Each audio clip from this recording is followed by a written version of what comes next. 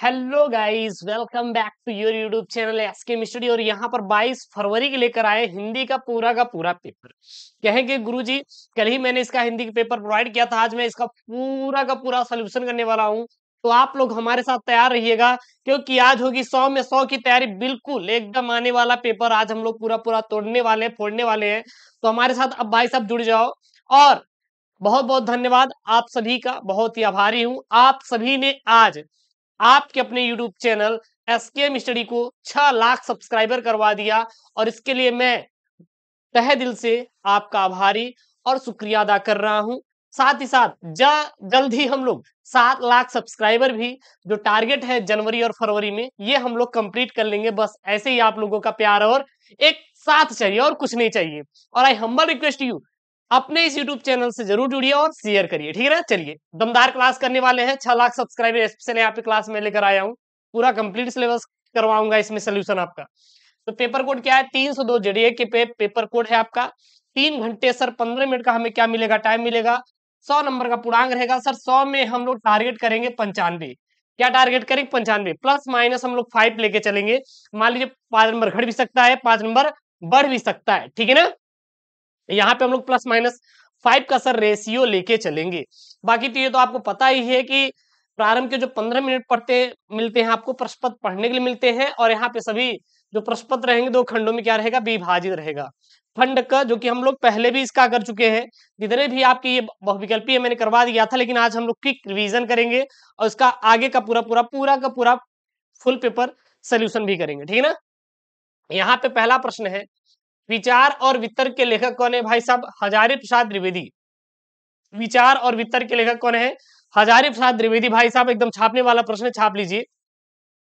अयोध्या सिंह उपाध्याय बोले तो हरिऔध की रचना कौन सा है? ठेठ हिंदी के ठाठ। ठेठ हिंदी के जो ठाठ है, यह आपका हरिऔध जी की क्या है? रचना है। ठेठ हिंदी का ठाठ किसका है? हरिऔध जी की रचना है। उसके बाद यहाँ पे अगला प्रश्न है, नीड़ का निर्माण फिर। नीड़ का निर्माण फिर जो रचना की विधा है, कौन सा है? तो यह एक आत्मकथा है। नीड़ का निर्माण फिर जो रचना की विधा कौन सी है? तो यह है आपका आत्मकथा है। क्या है? आत्मकथा है। उसके बाद अगला यहाँ पे प्रश्न है कि हरिशंकर परसाई। हरिशंकर परसाई एक निबंध संग्रह है, वो क्या है आपका? तब की बात और थी। तब की बात और थी किसकी है? यह हरिशंकर परसाई की रचना है। हरिशंकर परसाई जी की रचना है। उसके बाद अगला यहाँ पे प्रश्न है, हिंदी का जो प्रथम पत्रिका है उत्तंड मार्तंड, उदंत मार्तंड के संपादक कौन थे? तो युगल युगल युगल किशोरी शुक्ल, या फिर युगल किशोर शुक्ल जो है, वह आपके उदंत मार्तंड के संपादक थे। कौन थे? इसके संपादक का नाम यहाँ पे आप छाप सकते हैं। उसके बाद दूसरा का प्रश्न है, यहाँ पे एकदम छापने वाला प्रश्न है, मैथिली शरणगुप्त की रचना है सिद्धराज। सिद्धराज किसकी रचना है? मैथिली शरणगुप्त की रचना है। छापने वाला प्रश्न एकदम बार बार रिपीटेड, एकदम छाप लीजिए। 22 फरवरी के दिन सब यही सब आएगा, और जाइएगा आप लोग छापिएगा। 22 फरवरी के दिन एकदम छाप दीजिएगा जाकर, ठीक है ना। प्रगतिवाद के सशक्त कवि कौन है भाई साहब? नागार्जुन। नागार्जुन जो है, यह कौन है? प्रगतिवाद के सशक्त कवि है। कौन है? नागार्जुन। एकदम छाप डालो यार, बाद में मत बोलना कि गुरुजी आपने नहीं छपवाया। छाप लो अभी। मास्को अभी दूर है के रचयिता है सर? मास्को अभी दूर है के जो रचयिता है वो है आपके शिव मंगल सिंह सुमन। कौन है गुरुजी? शिव मंगल सिंह जो सुमन है, यह है मास्को विदूर है के रचयिता है। कौन है? शिव मंगल सिंह सुमन जी हैं। क्लियर है? याद रखिएगा एकदम। छापने वाले गुरुजी प्रश्न है, हम लोग छाप लेंगे गुरुदेव, कोई दिक्कत नहीं है। चैनल को भाई साहब सब्सक्राइब कर डालो यार। सचिदानंद हीरानंद वास्यायन अज्ञे के संपादन में कुल कितने सप्तक प्रकाशित किए थे? जो अज्ञे साहब है, ये अपने संपादक में कुल कितने सप्तक प्रकाशित किए थे? तो कुल 4। कहा दिख रहा है यहाँ पे? तो कुल 4 हो जाएगा। अंगा वाला प्रश्न है, सुमित्रानंद पंत को ज्ञानपीठ पुरस्कार मिला था। सुमित्रानंद पंत को ज्ञानपीठ पुरस्कार कब मिला था? तो चितंबरा पर। किस पर मिला था? चितंबरा पर सुमित्रानंद पंत को ज्ञानपीठ पुरस्कार मिला था। क्लियर है? तो ज्ञानपीठ पुरस्कार किस पर मिला था? तो वो मिला था चितंबरा पर। किसको? सुमित्रानंद पंत पे। और ये सबसे मोस्ट आईएमपी वाला आपका हिंदी का आने वाला प्रश्न है। सबसे मोस्ट आईएमपी 22 फरवरी वाला। 22 फरवरी वाला करेजा लोग है, एकदम छाप लीजिएगा। उसके बाद आपका क्या है? गद्यांश। फुल पेपर सोल्यूशन करेंगे, फुल पेपर सोल्यूशन करेंगे। शेयर कर दो यार, शेयर कर दो एक बार एकदम 100 नंबर में 100 नंबर वाला फुल पेपर सोल्यूशन करेंगे। देखिए तीसरा नंबर यहाँ पे दिए गए गद्यांश पर आधारित निम्नलिखित प्रश्नों के उत्तर दीजिए। 10 नंबर का एग्जामिनर चाचा पूछेगा, 10 नंबर का एग्जामिनर चाचा पूछेगा और यहाँ पे पूरा का पूरा हम लोग क्वेश्चन पेपर को सॉल्व करने वाले हैं। यहाँ पे है क्या गद्यांश, विज्ञान की प्रगति के कारण नई चीजों का निरंतर आविष्कार होता रहता है। जब कभी नया आविष्कार होता है तो उसे नई संज्ञा दी जाती है। जिस देश में उसकी सृष्टि की जाती है वह देश उस आविष्कार के नामकरण के लिए नया शब्द बनता है। ठीक है ना। उसके बाद यहाँ पे देखिए अगला है, यहाँ पे वही शब्द प्रायः अन्य देशों में बिना परिवर्तन के वैसे ही प्रयुक्त किया जाता है। यदि हर देश उस चीज के लिए अपना अपना अलग अलग नाम देता रहेगा तो उस चीज को समझने में ही दिक्कत होगी। ठीक है। और जैसे रेडियो, टेलीविजन और स्तुकनिक। ठीक है ना, ये आपके क्या इन्होंने बोला है। अब यहां से सबसे पहला एग्जामिनर चाचा क्वेश्चन पूछा है, वो क्या पूछा है, तो यहाँ पे ये पूछा गया है कि उपयुक्त गद्यांश के संदर्भ का आपको संदर्भ लिखना है। उपयुक्त जो गद्यांश है इसका आपको क्या लिखना है, संदर्भ लिखना है। अब गुरुजी हम कैसे जानेंगे कि ये इसका संदर्भ जो है यही होगा, यानी कि इसके लेखक प्रोफेसर जी सुंदर रेड्डी होंगे और यह भाषा और आधुनिकता नामक पाठ से क्या किया गया है, लिया गया है। कैसे आप पहचानेंगे, सबसे पहले आप पहचानने की ट्रिक ध्यान दीजिएगा, उसके बाद तो आप कर ही लोगे यार। आप एक बात ध्यान देना, डरना नहीं किसी चीज का। आप देखिएगा यहाँ पे भाषा और आधुनिकता, सबसे पहले शब्द क्या है, भाषा और आधुनिकता। तो यहाँ पे भाषा और आधुनिकता कहीं ना कहीं आपको दिखेगी ही दिखेगी। जैसे कि यहाँ पे आप देखेंगे तो एक चीज तो आया हुआ है शब्द, क्या है आपका शब्द, नया शब्द बार बार आया हुआ है, नया शब्द। और अन्य देव परिवर्तन की में चीज दिक्कत होगी। ठीक ना, मतलब आप देखेंगे एक आपका आया चीज है यहाँ पे शब्द मतलब क्या बोलते हैं, भाषा। शब्द मतलब अगर हम बोले कि वो यह शब्द बोल रहा था, वो बहुत ही गलत शब्द बोल रहा था, यानी कि वह भाषा बहुत ही गलत बोल रहा था। तो आप इस ट्रिक के द्वारा ये जान सकते हैं कि यह भाषा और आधुनिकता से लिया गया है। और सर इसके लेखक कौन है, तो भाषा और आधुनिकता के लेखक जो हैं आपको पता ही होगा कौन है, प्रोफेसर जी सुंदर रेड्डी है। कौन है, प्रोफेसर जी सुंदर रेड्डी है। तो इस प्रकार से आप जान सकते हैं कि यह कहां से लिया गया है, लेखक कौन है। क्लियर है यहां तक। अगला यहाँ पे जो प्रश्न है आपका वो ये प्रश्न है कि रेखांकित अंश की व्याख्या कीजिए। रेखांकित अंश सर की व्याख्या करना है, कहां से कहां तक, ये पूरा का पूरा प्रगति की विज्ञान की प्रगति के कारण नई चीजों का निरंतर आविष्कार होता रहता है। जब कभी नया आविष्कार होता है तो उसे नई संज्ञा दी जाती है। जिस देश में उसकी सृष्टि की जाती है वह देश उस आविष्कार के नामकरण के लिए नया शब्द बनता है। वही शब्द प्रायः अन्य देशों में बिना परिवर्तन के वैसे ही प्रयुक्त किया जाता है। अब इसका क्या लिखना है आपको, पूरा का पूरा आपको व्याख्या करना है। क्या करना है, व्याख्या करना है। तो इसमें क्या लिखेंगे, रेखांकित अंश की व्याख्या में क्या लिखेंगे, लेखक कहता है कि विश्व में विज्ञान की प्रगति हो रही है जिसके कारण नई नई चीजों की सदैव क्या हो रही है, खोज हो रही है। यानी जैसे ही हमारा विज्ञान आगे बढ़ रहा है वो नए नए चीजों को खोज रहा है। अगर मैं आपसे पूछूं, पहले आज के पहले एंड्रॉइड फोन था, बिल्कुल नहीं था, केवल कीपैड था। लेकिन जैसे ही विज्ञान हमारा बढ़ता गया आज हमारे पास देखिए क्या है, आईफोन है भाई साहब, एंड्रॉइड फोन है, ऐसे ऐसे चीजें आगे, रोबोट आ चुका है जो कि मनुष्य का काम कर देता है, बिना ड्राइवर की कार आ चुकी है, टेस्ला जैसी कंपनियां लेकर आई हैं। तो देन बहुत ही विज्ञान हमारा आगे बढ़ चुका है। जब किसी नई चीज की खोज होती है तो उसे नया नाम दिया जाता है। जिस देश में उस नई चीज की क्या की गई है, खोज होती है, वह देश उस नई चीज के नामकरण के लिए अपनी भाषा में एक नया शब्द का सृजन करता है, यानी कि देता है।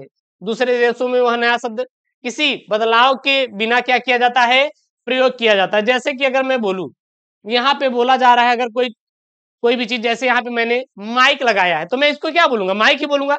अब माइक की खोज की गई तो पूरे विश्व में माइक के नाम से ही जाना जाएगा।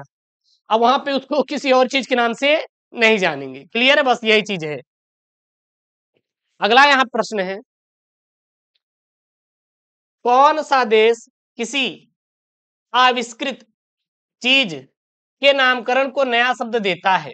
तो कौन सा देश किसी आविष्कृत चीज के नामकरण को नया शब्द देता है, तो जिस देश में नई चीज आविष्कृत होती है वह देश उसके नामकरण के लिए एक नया शब्द देता है।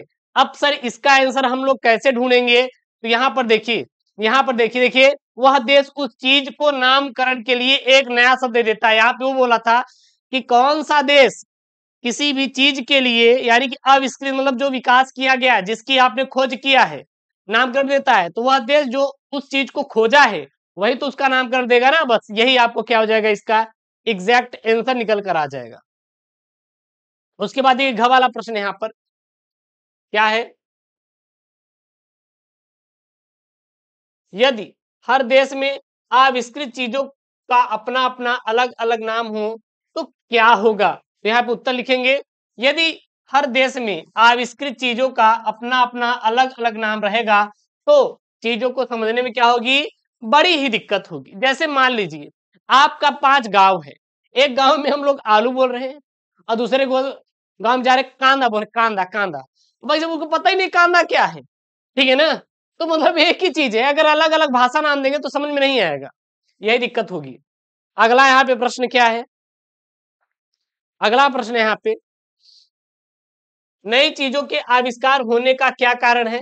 तो नई चीजों के आविष्कार होने का कारण है विज्ञान की प्रगति। यानी जैसे जैसे हमारा विज्ञान प्रगति करेगा वैसे वैसे नई चीजों को क्या करेगा, वो खोज करेगा, डेवलप करेगा। क्लियर है एकदम? छापने वाले प्रश्न एकदम छाप लीजिएगा यहाँ तक, ठीक है। अथवा में करके आपका दूसरा आएगा, मान लीजिए एक नहीं कर पा रहे हैं तो एग्जामिनर चाचा आपको दूसरा वाला भी गद्यांश देगा, दूसरा मौका देगा। टेंशन नहीं लेने का रहे हैं गुरुजी, हम क्यों टेंशन लेंगे, है क्या यहाँ पे गद्यांश। जो कुछ भी हम इस संसार में देखते हैं वह ऊर्जा का क्या होता है, स्वरूप है। जैसा कि महर्षि अरविंद ने कहा है कि हम भी ऊर्जा के ही अंश हैं। इसलिए जब हमने यह जान लिया कि आत्मा और पदार्थ दोनों हो तो अस्तित्व का हिस्सा है, वे एक दूसरे के पूरा तादात्म्य रखे हुए हैं, तो हमें यह एहसास भी होगा कि भौतिक पदार्थों की इच्छा रखना किसी भी दृष्टिकोण से शर्मनाक और गौर आध्यात्मिक बात नहीं है। तो यहाँ पर एग्जामिनर चाचा ने यह दिया है गद्यांश। सबसे पहला यही प्रश्न पूछा गया है कि उपयुक्त गद्यांश का संदर्भ लिखिए। क्या लिखिए? संदर्भ लिखिए। तो संदर्भ में क्या लिखेंगे कि प्रस्तुत गद्यांश के पाठ का शीर्षक हम और हमारा आदर्श है, और इसके लेखक कौन है, डॉक्टर एपीजे अब्दुल कलाम है। कौन है? डॉक्टर एपीजे अब्दुल कलाम है, ठीक है। उसके बाद अगला यहाँ पे प्रश्न है, रेखांकित अंश की व्याख्या कीजिए। रेखांकित अंश की व्याख्या, सर रेखांकित अंश कहां से कहां तक है? अरे भैया देख लो, यहां से यहां तक है रेखांकित अंश की, कि भौतिक पदार्थों की इच्छा रखना किसी भी दृष्टिकोण से शर्मनाक और गौर आध्यात्मिक बात नहीं है, गैर आध्यात्मिक बात नहीं है। अब इसी क्या करना है आपको, बढ़ा चढ़ा के लिख देना है, हो गया। क्या लिख देंगे, लेखक एपीजे अब्दुल कलाम कहते हैं कि इस संसार में हम जो कुछ भी देख रहे हैं वह ऊर्जा का ही एक रूप है।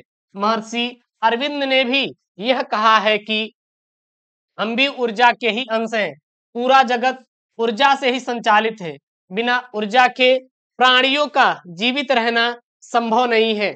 भौतिक वस्तुओं की इच्छा करना किसी भी दृष्टिकोण से गलत नहीं है और गैर आध्यात्मिक बात भी नहीं है, क्योंकि भौतिक वस्तुओं की प्राप्ति हेतु व्यक्ति क्रियाशील बना रहता है और उन्नति करता रहता है। अगर हम लोग भौतिक चीजों की इच्छा ही नहीं रखेंगे तो हम पढ़ेंगे क्यों? जरा सोचिए, अगर आपको फ्री में BMW कार दे दी जाए, फ्री में घर दे दी जाए, तो क्या आप लोग पढ़ेंगे? अरे सर नहीं पढ़ेंगे, हमें तो एसी भी मिल गई, हमें तो वो भी गुरुजी फ्री में मिल गए, तो काहे के लिए कोई पढ़ेगा भाई? कोई नहीं पढ़ेगा। इसीलिए भौतिक चीजों की इच्छा रखना क्या है, बहुत ही अच्छी बात है, तभी वो अपने जीवन में अच्छा काम करेगा और आगे बढ़ता रहेगा। बस उसके बाद यहाँ पे अगला प्रश्न बना है कि महर्षि अरविंद ने क्या कहा। अब महर्षि अरविंद ने क्या कहा ये तो आप रटेंगे नहीं, तो गुरुजी इसका आंसर कैसे निकलेगा? अरे भैया इसका आंसर यहीं पे है, देखिए जहां पे महर्षि अरविंद है यही इसका आंसर हो जाएगा। देखिए यहाँ पे महर्षि अरविंद ने कहा है, क्या कहा है भैया, कि हम भी ऊर्जा के ही क्या है, अंश है। यही किसने कहा है? महर्षि अरविंद ने कहा है। और यही हम क्या लिख देंगे यहाँ पे, आंसर लिख देंगे। तो महर्षि अरविंद ने क्या कहा है, तो यहाँ पे लिख देंगे महर्षि अरविंद ने कहा है कि हम भी ऊर्जा के क्या है, अंश अंश हैं। उसके बाद यहाँ पे घ वाला, हम इस संसार में जो कुछ भी देखते हैं वो क्या है? तो हम इस संसार में जो कुछ भी देखते हैं वो क्या है? इसका आंसर यहीं पर है, अलग से नहीं ढूंढना। हम इस संसार में जो देखते हैं वो ऊर्जा का क्या होता है? एक स्वरूप होता है, बस। इसका आंसर यही हो जाएगा। तो फ्री का यार 10 नंबर आपको मिलेगा। आप क्यों चिंता करते हैं? आप क्यों चिंता करते हैं? तो जो कुछ भी हम इस संसार में देखते हैं वो ऊर्जा का क्या होता है? एक स्वरूप होता है। उसके बाद एक यहाँ पे प्रश्न बना हुआ है। क्या बना हुआ है? अस्तित्व और तदात्म। क्या बना है? अस्तित्व और तदात्म। शब्दों के अर्थ स्पष्ट कीजिए। तो अस्तित्व का अर्थ होता है अपनी सत्ता। क्या होता है? अपनी सत्ता होता है। और तदात्म का अर्थ क्या होता है? तालमेल, अर्थात समन्वय होता है। साथ तालमेल मतलब गुरुजी हमारे उनके भी लड़ाई हो गई गुरुजी, चैटिंग नहीं हुई थी गुरुजी इंस्टाग्राम पे। फिर हम लोग क्या किए गुरुजी, फिर मेलजोल हो गया, बस वही है। अरे गुरुजी उनके कौन? उनके अरे आपके दोस्त थे यार। फिर वही बात है यार, क्या बताए। आप गुरुजी हमारी बहुत मजा ले लेते हैं, मत लिया करिए गुरुदेव, मत लिया करिए गुरुदेव। हाँ कोई बात नहीं, चलिए। एग्जामिनर चाचा यहाँ पे 10 नंबर का अलग यहाँ पे करेजा पद्यांश दिया है, गद्यांश कर लिए ना? पद्यांश करेंगे? अरे गुरुजी पद्यांश करेंगे, बिल्कुल पद्यांश करेंगे। देखिए है क्या, शक्ति के विद्युत कण जो व्यस्त विकल विखरे हो निरुपाय, समने उसका करे समस्त विजयनी, मानवता हो जाए। अर्थात श्रद्धा कहती है कि इस सृष्टि की रचना शक्तिशाली विद्युत कणों से हुई है, किंतु जब तक विद्युत कण अलग अलग होकर भटकते हैं तब तक ये शक्तिहीन होते हैं। जब ये परस्पर मिल जाते हैं तब इनमें अपार शक्ति का स्रोत प्रस्फुट होता है। स्फुटित मतलब जुड़कर एक नया चीज का निर्माण करना। ठीक उसी प्रकार जब तक मानव अपनी शक्ति को संचित न करके उसे विखेरता रहेगा तब तक वह शक्तिहीन बना रहता है, और जब वह समन्वित हो जाता है तो वह विश्व को जीत लेने का अपार शक्ति प्राप्त कर लेता है। ठीक है ना? उसके बाद यहाँ पे कुछ क्वेश्चन बने हुए हैं, देखिएगा क्वेश्चन क्या बना हुआ। सबसे पहला कि उपयुक्त पद्यांश का संदर्भ लिखिए। तो क्या लिखेंगे उत्तर में? पद्यांश का शीर्षक श्रद्धा मनु है और लेखक है जयशंकर प्रसाद, बस। और कुछ भी आपको लिखना नहीं है। उसके बाद है रेखांकित अंश की व्याख्या कीजिए। सर रेखांकित अंश की व्याख्या कहां से कहां तक? सबने उसका करे समस्त विजयनी मानवता हो जाए। अर्थात गुरुजी, अर्थात गुरुजी मेरे और तुम्हारे रूप में यह मानवता आज भी सुदृढ़ मूर्ति के समान खड़ी हुई अपने नवीन उत्थान का क्या कर रही है? प्रयास कर रही है, बस। ठीक है। उसके बाद अगला है, इन पंक्तियों में श्रद्धा मनु ने कौन सी बात बताई है? तो इन पंक्तियों में श्रद्धा मनु ने बात बताई है कि जब तक मानव अपनी शक्ति को संचित न करके उसे बिखेरता रहेगा तब तक वह शक्तिहीन बना रहता है, किंतु वह समन्वित हो जाए तो उसमें विश्व भर को जीत लेने की अपार शक्ति प्रकट होती है और मानवता अपने पूर्ण विकसित रूप में प्रतिष्ठित हो जाएगी, बस। एग्जैक्ट इसका आंसर यही होगा। ठीक है ना? उसके बाद अगला यहाँ पे प्रश्न है। अगला प्रश्न क्या है यहाँ पे? समस्त सृष्टि की रचना किनसे हुई है? तो सृष्टि की रचना शक्तिशाली विद्युत कणों यानी कि मनुष्यों से हुई है। उसके बाद अगला प्रश्न यहाँ पे है, श्रद्धा ने मनु को किस प्रकार मानवता का साम्राज्य स्थापित करने के लिए प्रेरित किया है? तो यहाँ पर इसका आंसर हो जाएगा कि जो श्रद्धा मनु है वो बोलती है कि मानवता महाप्रलय में भी असहाय और निरुपाय नहीं है। यह तथ्य निराश लोगों के लिए संजीवनी का कार्य करता है। अतः प्रसाद जी ने यानी जयशंकर प्रसाद जी ने मनु को प्रेरित करने के लिए श्रद्धा के माध्यम से इसी उपाय को क्या किया है? अपनाया है। और आपको अलग से कुछ भी करने की जरूरत नहीं है, बस इतना जानना एग्जाम में आपको छाप दीजिएगा। इतना क्लियर है कि नहीं सही बच्चे? एक बार कमेंट करके बता दीजिए। उसके बाद ये अथवा में जो है इसको आप खुद से प्रैक्टिस कर लेना, इसको आप लोग खुद से प्रैक्टिस कर लेना, क्योंकि हम हर एक सेट में अलग अलग बताएंगे तो ढेर सारा आपका तैयार हो जाएगा। आप चिंता मत करिए। अब फोड़ना है, अब आपको पेपर ही पढ़ना है और आपको कुछ भी पढ़ने की जरूरत नहीं है। अब इंपॉर्टेंट पढ़ने का टाइम चला गया, अब इंपॉर्टेंट चीजों को देखने का टाइम चला गया। अब टाइम आया केवल पेपर पढ़ने का। तो पेपर पढ़िए, एसके स्टडी के साथ जुड़कर बिल्कुल हम और आप मिलकर एकदम धुआं धुआं करेंगे, ताबड़तोड़ तैयारी करेंगे। बिल्कुल भी चिंता नहीं करना है।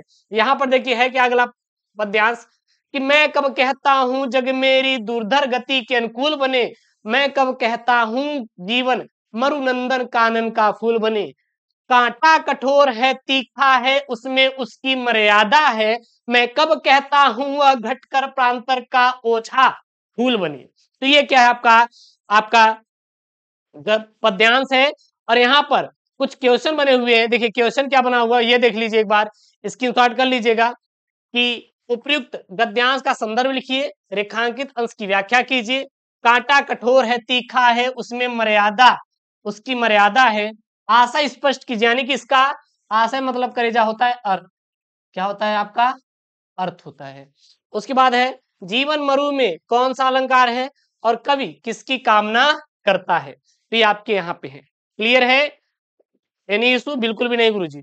उसके बाद आपका लेखक आएगा, साहित्यिक परिचय आएगा, लेखक और गुरु कवि आएंगे। अरे गुरुदेव लेखक और कौन आएंगे? कवि आएंगे। देखिएगा यहाँ पे पांचवा का है 5 नंबर का, निम्नलिखित में से किसी एक लेखक का साहित्यिक परिचय देते हुए उनकी प्रमुख रचनाओं का उल्लेख करिए। अधिकतम शब्द सीमा क्या है? 80 शब्द है। कितना है? 80 शब्द। देखिए पहला है वासुदेव अग्रवाल, दूसरा है डॉक्टर आचार्य प्रसाद द्विवेदी, तीसरे हैं प्रोफेसर सुंदर जी रेड्डी। तो ये 3 है। कितने हैं? 3 है। अब इसमें से हम लोग एक करेंगे, किसका? प्रोफेसर जी सुंदर रेड्डी का साहित्यिक परिचय बोलिए, बोलिए जीवन परिचय, कोई दिक्कत नहीं, साहित्यिक परिचय लिख लीजिए, कोई दिक्कत नहीं। अगर आपको नहीं कंट्रोल हो रहा है साहित्यिक परिचय, क्योंकि करेजा मैंने यहाँ पे साहित्यिक परिचय देखिए यहाँ पे बोला भी है साहित्यिक परिचय, तो टेंशन नहीं लेने का, ठीक है ना। जैसे आप मैं आपको बता रहा हूँ बस ऐसे लिख देना, हेडिंग डाली है। तो प्रोफेसर जी सुंदर रेड्डी का क्या लिखेंगे जीवन परिचय? प्रोफेसर सुंदर जी रेड्डी का जन्म 1919 ईस्वी में आंध्र प्रदेश के बेल्लूर जिले के बत्तुलिपल्ली नामक ग्राम में हुआ था। प्रोफेसर जी सुंदर रेड्डी ने आंध्र प्रदेश विश्वविद्यालय में हिंदी विभागा के अध्यक्ष रहे। प्रारंभिक शिक्षा संस्कृति एवं तेलुगु भाषा में हुई और रेड्डी जी आंध्र प्रदेश विश्वविद्यालय में स्नातकोत्तर अध्ययन एवं अनुसंधान विभाग के अध्यक्ष भी रहे। इनके निर्देशन में हिंदी और तेलुगु एक तुलनात्मक अध्ययन ग्रंथ पर शोध कार्य भी हुआ और इनका निधन सन 2005 में हो गया था। अब इनका क्या लिखेंगे भाई साहब? साहित्यिक परिचय। अब साहित्यिक परिचय में क्या लिखेंगे देखिएगा, हिंदी प्रदेश के निवासी होते हुए भी प्रोफेसर जी सुंदर रेड्डी ने हिंदी भाषा पर अच्छा अधिकार प्राप्त किया है। राष्ट्रवादी हिंदी प्रचारक, प्रख्यात साहित्यकार एवं तुलनात्मक साहित्य के मूर्धन्य समीक्षक, श्रेष्ठ विचारक, समालोचक एवं निबंधकार प्रोफेसर सुंदर रेड्डी जी दक्षिण भारतीयों के लिए हिंदी और उत्तर भारतीयों के लिए दक्षिणी भाषाओं के अध्ययन की क्या दी इन्होंने प्रेरणा दी। इन्होंने हिंदी भाषाई के लिए तमिल, तेलुगु, कन्नड़ और मलयालम साहित्य की क्या किया? इन्होंने रचना किया। ये आजीवन भाषाई एकता के लिए प्रयासरत रहे और इनके अनेक निबंध हिंदी, अंग्रेजी एवं तेलुगु पत्र पत्रिकाएं प्रकाशित हुए। हिंदी भाषा या हिंदी भाषी न होते हुए भी सुंदर रेड्डी जी ने हिंदी को अपनी रचनाओं के रूप में जो अमूल्य निधि सौंपी है, उसके लिए हिंदी साहित्य सदैव इनका क्या रहेगा? ऋणी रहेगा। बस इसमें आपको इतना ही लिखना है। उसके बाद गुरुजी इनकी प्रमुख कृतियां कौन कौन सी है? तो देखिएगा इनकी प्रमुख कृतियां आप याद कर लीजिए, जैसे इनका साहित्य और समाज है, मेरे विचार है, दक्षिण की भाषाएं और उनका साहित्य, हिंदी और तेलुगु एक तुलनात्मक अध्ययन, वैचार की जो कि शोध और growth, language problem in India जो कि हिंदी और इंग्लिश दोनों में संपादित है। उसके बाद यहाँ पे है वेलुगु दारुल, यानी कि जो कि तेलुगु एक निबंध संग्रह है। उसके बाद इनकी भाषा कैसी शैली थी? तो इनकी जो भाषा शैली थी विचारात्मक, गवेषणात्मक, प्रश्नात्मक शैली एवं समीक्षात्मक शैली इनके निबंध में क्या है? विद्यमान है। ठीक है। उसके बाद आपका आएगा लेखक के बाद आएगा कवि का जीवन परिचय। किसका आएगा? कवि का भाई साहब जीवन परिचय आएगा। आपके पेपर में एकदम छाप लीजिएगा। देखिए क्या आएगा, निम्नलिखित में से किसी एक कवि का साहित्यिक परिचय देते हुए उनकी काव्य कृतियों पर प्रकाश डालिए। अधिकतम शब्द सीमा 80 शब्द। 5 नंबर का भाई साहब आए। कितने नंबर का आपका? 5 नंबर का आपके पेपर में बना हुआ है, एकदम तैयार कर लीजिएगा। पहले यहाँ पे सुमित्रा नंदन पंत, दूसरे पे है रामधारी सिंह दिनकर, तीसरे पे है मैथिली शरण गुप्त। तो यहाँ पर मैंने लिया है रामधारी सिंह दिनकर। किसका लिया है? रामधारी सिंह दिनकर का लिया है। अब रामधारी सिंह दिनकर का यहाँ पे जीवन परिचय करेंगे। क्या लिखेंगे इसमें? राष्ट्रीय भावनाओं के ओजस्वी गायक रामधारी सिंह दिनकर का जन्म बिहार के मुंगेर जनपद के सिमरिया गांव में 30 सितंबर 1908 ईस्वी में हुआ था। आपने पटना विश्वविद्यालय से बीए उत्तीर्ण कर कुछ दिनों तक मुजफ्फरपुर कॉलेज में हिंदी विभाग के अध्यक्ष रहे। दिनकर 1951 से 1966 तक राज्यभाषा के मनोनीत सदस्य भी रहे। ज्ञानपीठ पुरस्कार, पद्म भूषण से अलंकृत श्री दिनकर जी को राष्ट्रकवि होने का गौरव भी इनको प्राप्त हुआ है। ठीक है ना। उसके बाद क्या लिखेंगे, दिनकर जी ने भारत सरकार की हिंदी समिति के सलाहकार और आकाशवाणी के निदेशक के रूप में महत्वपूर्ण कार्य किया। साहित्यकार का यह सूर्य 24 अप्रैल 1974 ईस्वी में सदा के लिए क्या हो गया, अस्त हो गया। इनकी मृत्यु कब हुई थी, इनकी 24 अप्रैल 1974 ईस्वी में इनकी मृत्यु हुई थी। ठीक है, क्लियर है, कोई दिक्कत? बिल्कुल सर, दिक्कत तो नहीं है एक भी मुझे, बस दिक्कत एक ही है गुरुजी कि हमारे पेपर में फंसेगा क्या? बिल्कुल फंसेगा यार, बिल्कुल फंसेगा। उसके बाद इनका साहित्यिक योगदान में क्या लिखेंगे भाई साहब, दिनकर जी दार्शनिकता और निराशा से दूर सामाजिक चेतना को जागृत करने वाले कवि हैं।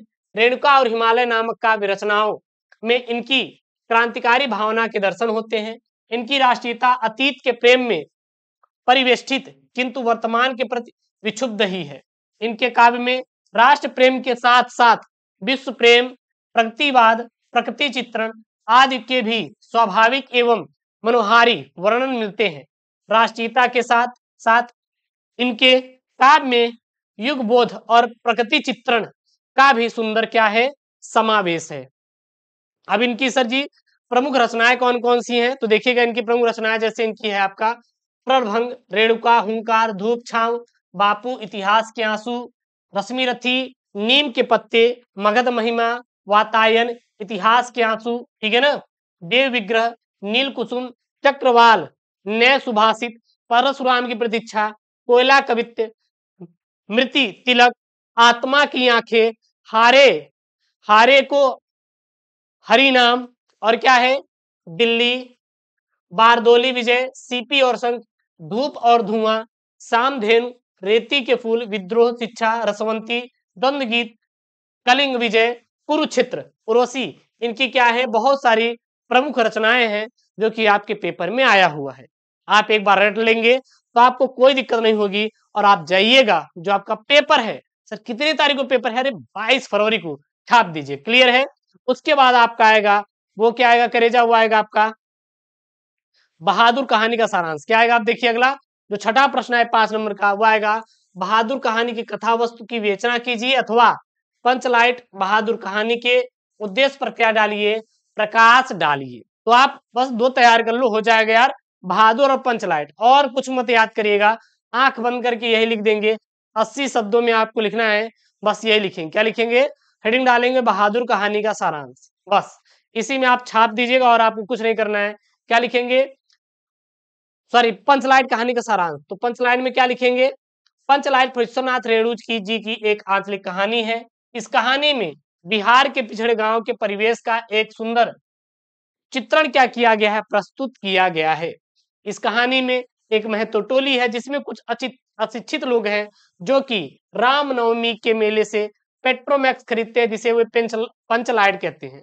पंचलाइट को ये साधारण लोग एक सम्मानजनक वस्तु समझते हैं और इस पंचलाइट को देखने के लिए महतो टोली के सभी बच्चे, महिला, पुरुष इकट्ठे हो जाते हैं और सरपंच अपनी पत्नी को आदेश देता है कि ये शुभ कार्य करने को से पहले वह पूजा पाठ का क्या कर ले, प्रबंध कर ले। अब सभी उत्साहित हो जाते हैं, परंतु समस्या यह उठती है कि पंचलाइट को जलाएगा कौन, पंचलाइट को जलाएगा कौन, क्योंकि ये साधारण जो लोग हैं वो पंचलाइट को जलाना नहीं जानते थे। इसी महतो टोली में गोधन नाम का एक लड़का है जो कि गांव की मुनरी नामक एक लड़की से क्या करता है, प्रेम करता है। मुनरी की मां ने पंचों से गोधन की शिकायत की थी कि वह उसके घर के सामने से अक्सर सिनेमा का गाना गाकर निकलता है, जिसके कारण पंचों ने उसे अपनी टोली से बाहर निकाल रखा था। और मुनरी को यह बात पता था कि गोधन जो है पंचलाइट को जला सकता है, और इस बात को चतुराई से वह पंचों तक क्या करती है, पहुंचा देती है। कौन, ये जो मुनरी है, ठीक है ना। उसके बाद गोधन को सरपंच ने बुलाकर पंचलाइट को जलाने के लिए कहा और गोधन जो है पंचलाइट को जला देता है। अब गोधन को पुनः जात में ले लेते हैं कौन? पंच। और मुनरी की मां गुलरी काकी प्रसन्न होकर गोधन को अपने घर घर घर शाम के भोजन का क्या देती है? निमंत्रण देती है। और पंच लोग भी बहुत उत्साहित होकर गोधन को क्या देते हैं? तुम्हारा 7 खून माफ, खूब गाओ सलीमा का गाना। और पंचलाइट की रोशनी में सब लोग भजन कीर्तन करते हैं और खुशी मनाते हैं। बस यही आपको लिखना है और आपको कुछ भी लिखने की जरूरत नहीं है। उसके बाद जो 7वां प्रश्न आएगा वो आएगा यार स्वपठित खंड काव्य। देखिएगा ये जो स्वपठित खंड काव्य है आपके जिले के अनुसार आएगा। आप अपने जिले के अनुसार स्वपठित खंड काव्य को तैयार कर लीजिएगा। नहीं तैयार कर पा रहे हैं स्वपठित खंड काव्य की आपके जिले में कौन सा आएगा? तो आप upmsp.edu.in पर जाकर यूपी बोर्ड की अधिकारी वेबसाइट है, वहां पर अपने सिलेबस को डाउनलोड करिए। वहां पर पूरा सिलेबस मिल जाएगा और वहां से अपना पूरी पढ़ाई कीजिए, कोई दिक्कत नहीं है, ठीक है ना। अगर आप कहेंगे तो मैं इस पर एक वीडियो भी डिटेल बना दूंगा कि कौन सा खंड काव्य किस जिले में पूछा जाएगा। क्लियर है यहाँ तक? कोई दिक्कत? सर बिल्कुल कोई दिक्कत नहीं है। तो जैसे आप देखिए खंड काव्य है आपका मुक्ति यज्ञ का है, रश्मि रथी का है, त्यागपथी का है, सत्य की जीत का है, श्रवण कुमार और आलोक वृत्त। तो इस पर इनका खंड काव्य आया हुआ है। उसके बाद ये खंड ख है, एक बार स्क्रीनशॉट कर लीजिए। संस्कृत का गद्यांश और पद्यांश, ये 2 चीज आएगा, गद्यांश और पद्यांश। साथ साथ 14 नंबर का। तो ये 14 नंबर आप खुद से करिएगा। अगर मैं एक आध ठो गलत पढ़ दिया जैसे असव अस्काम रामायणम महाभारता, तो मान लीजिए मैंने कुछ गलत शब्द बोल दिया तो आप जज कर लेंगे कि सर को आता नहीं। देखिए भाई साहब हम लोग साइंस के स्टूडेंट है, मैथ आती, बायोलॉजी आती, आर्ट आती, क्योंकि मैंने तीनों डिग्री ली है। मैं संस्कृत में कोई डिग्री नहीं लिया हूँ। तो आप बोले कि गुरुदेव को संस्कृत आती ही नहीं, भाई साहब ये तो बस वही है एकदम। हाँ बहुत बच्चे कमेंट कर देते हैं भाई साहब कुछ, आप जानते हैं 5 उंगलियां तो 5 बराबर नहीं ना। कुछ हमारे करेजा लोग कह देते हैं अरे गुरुजी आप तो आपको आती नहीं। तो भाई साहब इसको ध्यान दीजिएगा, मुझे सच में उतना इंग्लिश संस्कृत नहीं आता, इसलिए संस्कृत वाला आप लोग ध्यान दीजिएगा। एक बार स्क्रीनशॉट कर लीजिए संस्कृत वाला। ये आपका संस्कृत का क्या है? गद्यांश है। यहाँ पे देखिए इसका मैंने संदर्भ भी स्क्रीनशॉट कर लिए। इसका संदर्भ आप लिख दीजिएगा कि प्रस्तुत गद्यांश हमारे पाठ्य पुस्तक के संस्कृत भाग में संकलित संस्कृत भाषा महत्व नामक पाठ से उद्गृत है और इसका अनुवाद, ठीक है ना। यहाँ पे इसका अनुवाद जो हमारा ऊपर था उसी का ये अनुवाद है। अथवा में करके आपका दूसरा आएगा, यहाँ पर है देख सकते हैं। मान लीजिए वो नहीं आ रहा है तो आप ये कर लीजिएगा, स्क्रीनशॉट कर लीजिए, इसको आप खुद से प्रैक्टिस कर लीजिएगा। गद्यांश पद्यांश लीजिए, ये आपका पद्यांश है, कर लिए पद्यांश। 7 नंबर का आएगा, 7 दूनी 14 नंबर का गद्यांश पद्यांश आपके पेपर में भाई साहब फंसेगा। एकदम इंपॉर्टेंट वाला है यार, इसको रट डालिए, घोल कर पी डालिए, कुछ भी करिए, लेकिन ये गुरुजी आपका तैयार होना चाहिए। उसके बाद इसका संदर्भ यह श्लोक संस्कृत दिनदर्शिका के सुभाष रत्नायन नामक पाठ से उद्गृत है, अवतरित है। फिर इसका अनुवाद हो जाएगा। अथवा मान लीजिए नहीं आ रहा तो ये कर लीजिएगा। उसके बाद आपका 9वां प्रश्न आएगा। देखिए 9वां नंबर क्या आएगा? अंकित मुहावरा और लोकोक्तियों में से किसी एक का अर्थ लिखकर क्या करिए? वाक्य प्रयोग कीजिए। 2 नंबर का है आपका, यहाँ पे क्या है? आंखों में धूल झोंकना, जहां चाह वहां रहा, तील का तार बनाना, दूर के ढोल सुहावन। केवल एक ही आपको सॉल्व करना है। तो मैंने सर यहाँ पे एक सॉल्व किया है, क्या है? आंखों में धूल झोंकना अर्थात धोखा देना। क्या हो जाएगा? धोखा देना। वाक्य प्रयोग क्या लिखेंगे? अनेक व्यापारी मिलावट करके अपने ग्राहक के आंखों में धूल झोंकने का कार्य करते हैं और 2 अंक आपके पेपर में मिलेंगे आपको, ठीक है ना। उसके बाद एक आपका पेपर में नया जुड़ा हुआ है अपठित गद्यांश पद्यांश। तो ये आपके सिलेबस में नया जुड़ा हुआ है, तो ये आपको मैं करवा दूंगा, आप चिंता मत करिएगा। मैं जब इसका नेक्स्ट वीडियो बनाऊंगा तो उसको मैं अलग से करवा दूंगा, तो इसका आपको टेंशन नहीं लेना है। उसके बाद यहाँ पे अगला है आपका कि शब्द युग्म का सही अर्थ चयन कीजिए। जैसे सूत और सूत, तो सूत और सूत का क्या हो जाएगा? पुत्र और धागा हो जाएगा। क्या हो जाएगा? पुत्र और धागा हो जाएगा। जलद जलद और जलधि का क्या हो जाएगा? बादल और समुद्र हो जाएगा। क्या हो जाएगा? बादल और समुद्र हो जाएगा। उसके बाद ख नंबर वाला है, यहाँ पे ख नंबर वाला क्या है? निम्नलिखित शब्दों में से किसी एक शब्द के 2 अर्थ लिखिए। 2 नंबर का है, एक ही शब्द के लिखना है। भुजंग का लिखिए, हार का लिखिए, पर का लिखिए, अर्क का लिखिए। तो यहाँ पर मैंने अर्क का लिया है, काढ़ा होता है, सूर्य होता है और आक का पौधा होता है। हार का क्या होता है? एक आभूषण का नाम भी होता है हार, जो महिलाएं पहनती हैं शादी उदी में, ठीक है ना। उसके बाद एक पराजय भी होता है हार का। भुजंग मतलब क्या होता है? सांप होता है, स्त्री की उपपत्ति होती है और सीसा नामक एक धातु भी होता है भुजंग, ठीक है। उसके बाद यहाँ पे वाक्यांशों के लिए एक सही शब्द का चयन कीजिए। जैसे कि यहाँ पे किए गए उपकार को मानने वाला क्या कहलाता है? अकृतज्ञ कहलाता है। क्या कहलाता है? अकृतज्ञ कृतज्ञ कहलाता है। कम, बहुत ही कम बोलने वाला अल्पभाषी कहलाता है। क्या कहलाता है सर? अल्पभाषी कहलाता है। उसके बाद यहाँ पे घ वाला प्रश्न आया है। कितने नंबर का आया हुआ है सर? 2 नंबर का प्रश्न आया हुआ है। आपको करना क्या है कि किन्हीं दो वाक्यों को शुद्ध करके लिखना है। जैसे कि तुम तो कुर्सी पर बैठे हो, इस सरोवर में अनेक कमल खिले हैं, कृपया अनुमोदन करने कृपा करें, आप प्रातः काल के समय आइएगा। अब देखिए इसको सर कैसे करेंगे हम? इसका चारों का ये शुद्ध रूप है। ये क्या है आपका? ये आपका शुद्ध रूप, वो अशुद्धता। ये आपका क्या है? शुद्ध रूप है। ठीक है ना?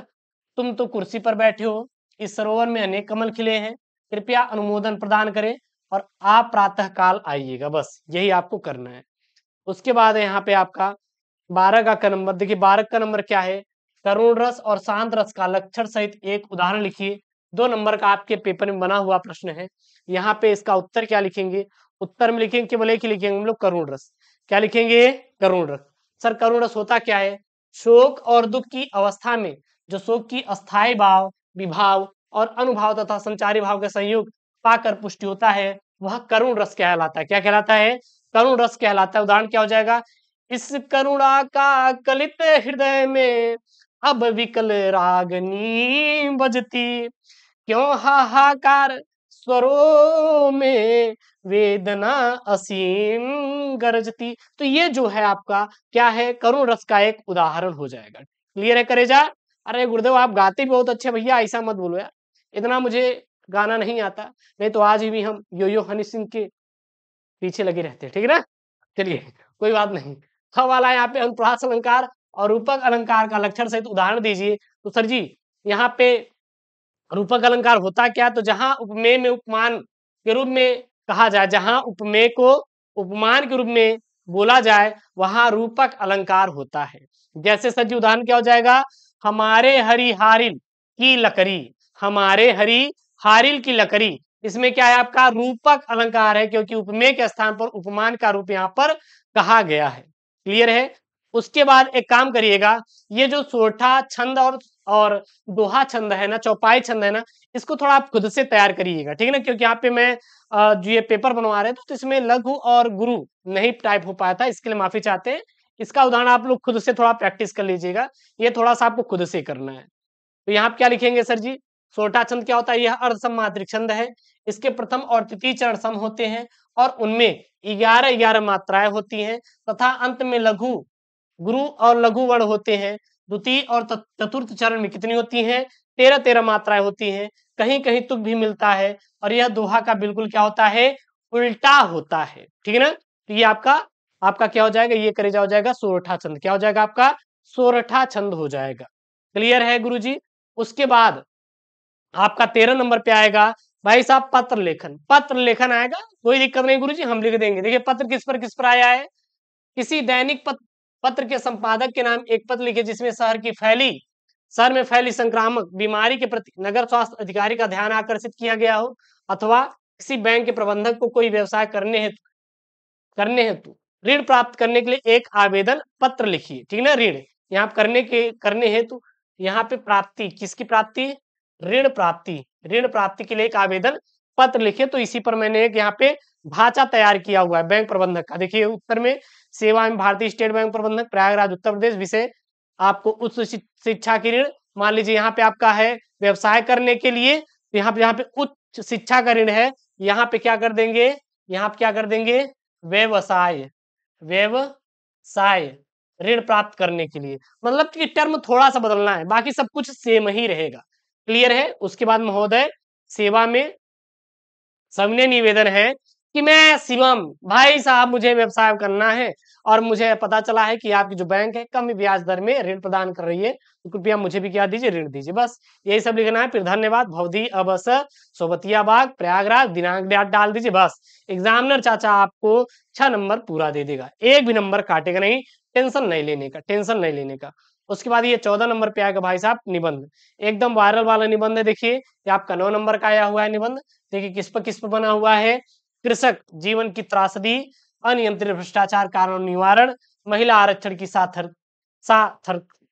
सार्थकता और यहाँ पे बढ़ती जनसंख्या तथा रोजगारी की समस्या, ठीक ना। तो ये हो गया आपका। अब यहाँ पे देखिएगा हम लिए हैं किसका, अनियंत्रित भ्रष्टाचार कारण और निवारण।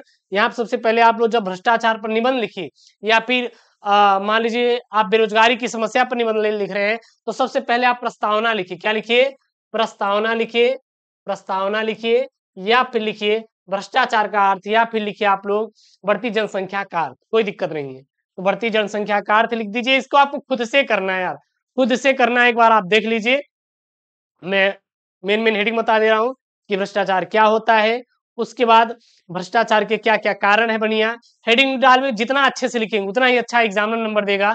एक बार अगर आप देखना है तो इसकी शॉट ले लीजिए, वैसे आप खुद से प्रैक्टिस करेंगे तो आपके लिए सही रहेगा। उसके बाद सरकारी संस्थानों में कैसे कैसे भ्रष्टाचार फैला हुआ है उसको लिख देंगे यहाँ पे। फिर भ्रष्टाचार का क्या समाधान हो सकता है हेडिंग बनाएंगे।